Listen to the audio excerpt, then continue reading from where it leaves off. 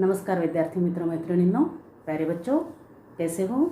आज मैं आप लोगों को पढ़ाने वाली हूँ मराठी सुलभ भारती इयत्ता 8वीं को संतवाणी। आप सभी को पता है कि महाराष्ट्र को संतों का देश कहा जाता है। बहुत सारे संत महाराष्ट्र में हो गए। संत ज्ञानेश्वर, संत तुकाराम, संत एकनाथ, संत नामदेव, चोखामेळा, संत शेख मोहम्मद और संत सावतामाळी, ऐसे बहुत सारे संत हो गए। और इन्होंने उस वक्त समाज में जो विषमता थी, जो भेदभाव किए जाते थे, जो अस्पृश्यता का भेदभाव किया जाता था, उसको दूर करने के लिए बहुत कोशिश की। अपने वाणी से उन्होंने ऐसे वचन लिखे कि लोगों के दिल को वो छू जाए। तो ऐसे ये संतवाणी, संतों के वचन, संतों के बोल। तो आज हम संतवाणी पढ़ने जा रहे हैं संत सेना महाराज। इनका जन्म, प्यारे बच्चों, मध्य प्रदेश में बांधवगढ़ यहाँ पर इनका जन्म हुआ। इनका व्यवसाय था नाभिक का, नाई, बार्बर। महान वारकरी संत थे ये। और बचपन से ही इनको परमेश्वर की भक्ति की बड़ी आस थी। परमेश्वर की भक्ति करते रहते थे। इनके पिताजी भी जो है संतों की सेवा करते थे। एक बार सम्राट ने संत सेना को अपने घर बुलाया, लेकिन संत सेना की पत्नी ने कहा कि वो घर में नहीं है। ऐसे झूठ बोलने के बाद, पड़ोसी तो होते ही है, कुछ अच्छे होते हैं, कुछ बुरे होते हैं, पांचों उंगलियां तो एक जैसे नहीं होती। किसी पड़ोसी ने सम्राट के पास जाके ये बताया कि संत सेना तो घर में ही है, परमेश्वर की भक्ति कर रहे हैं, देव पूजा कर रहे हैं, मतलब परमेश्वर की भक्ति कर रहे हैं, फिर भी आपको जो है झूठ बताया कि वो घर पर नहीं है, ऐसे उसके पत्नी ने बताया। तो सम्राट को बड़ा गुस्सा आया। सम्राट ने कहा कि जाओ, संत सेना को एक गट्ठर में बांधकर उसको नदी के पात्र में फेंक दो। यहाँ तो भक्ति कर रहे थे संत सेना। पांडुरंग ने, ईश्वर ने जैसे सुना, संत सेना का रूप लेकर सम्राट के दरबार में हाजिर हो गए, नाई का रूप लेके। और सम्राट का जो है वहाँ पर केश कर्तन करने लगे। उनके पास में एक कटोरी थी। जब भी सम्राट नीचे मुँह करते थे तो उस कटोरी के पानी में उनको बड़ा सुंदर चतुर्भुज रूप दिखता था, बड़ा सुंदर रूप दिखता था। और जब ऊपर गर्दन करते थे तो संत सेना नाभि दिखते थे। बड़ा सुंदर दर्शन उनको दिखता था। उनको ऐसे लगता था कि बार बार मैं इस कटोरी के तरफ देखूं और इसके पानी में मुझे जो चतुर्भुज दर्शन दिख रहा है, मैं उसका ही दर्शन करता रहूं। और बड़ा खुश हो गया सम्राट। और फिर संत सेना को बहुत सारे होन जो है बख्शिश के रूप में दिए। ईश्वर ने वो होन एक थैली में रखे और संत सेना के घर जाकर दे दिए। अब सम्राट जो है, इनको रात भर नींद नहीं आई, वही चतुर्भुज रूप दिख रहा है। उन्होंने दूसरे दिन भी संत सेना को बुलाया और कहा कि मुझे इस कटोरी में बड़ा सुंदर चतुर्भुज रूप दिखता है, वो दिखाओ।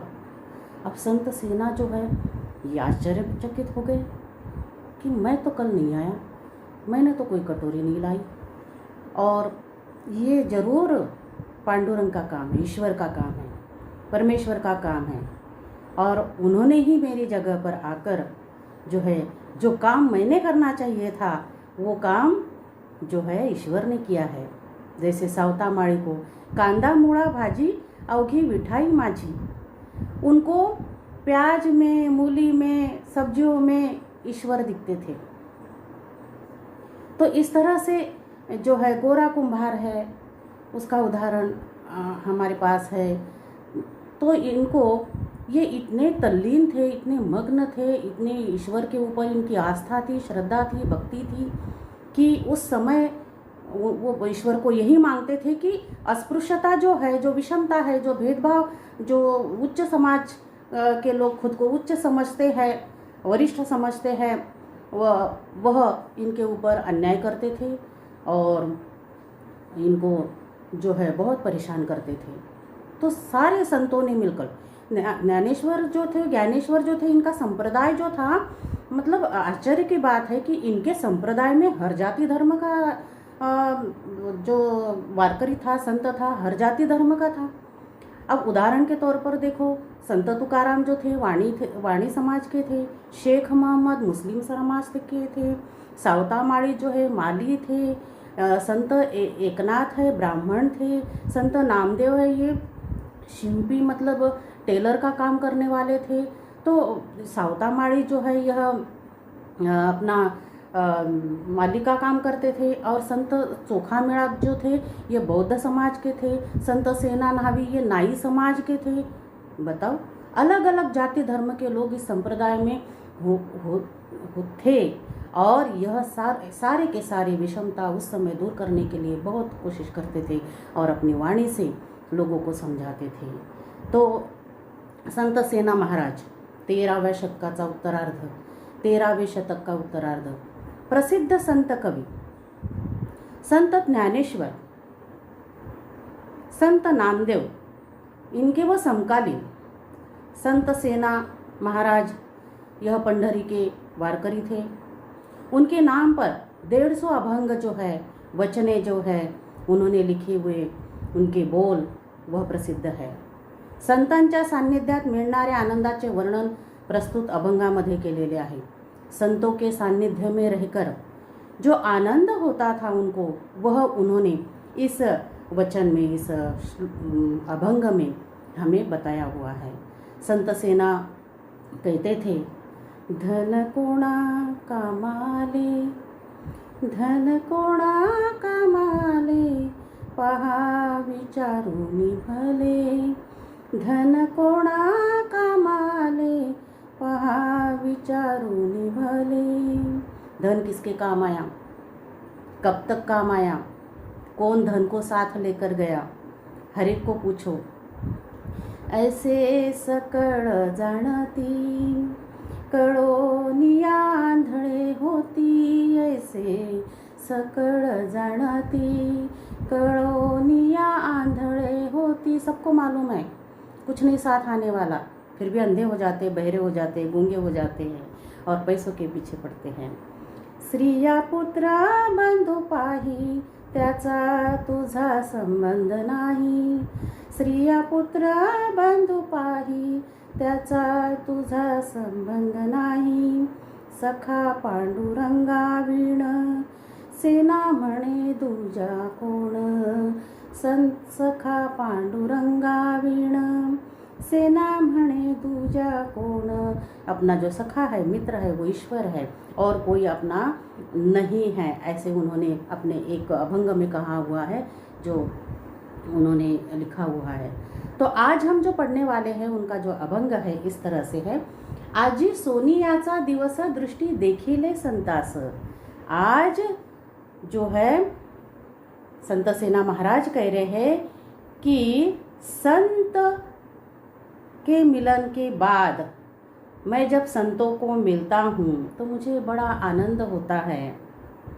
संतों के दर्शन के बाद मुझे बहुत आनंद होता है। तो आज मुझे संतों का दर्शन हुआ है, इसलिए मुझे आज का दिन सोने जैसे लगता है, सोने जैसे, गोल्ड, सुनहरा, स्वर्ण ऐसे लगता है। दृष्टि देखिले संतास, मैंने जब मेरी दृष्टि से संतों के दर्शन किए तो मुझे आज का दिन जो है सोने जैसे लगा, गोल्ड जैसे लगा, सुवर्णमय लगा, सुनहरा लगा। जीवा सुख झाले माझे माहेर भेटले। और जिस तरह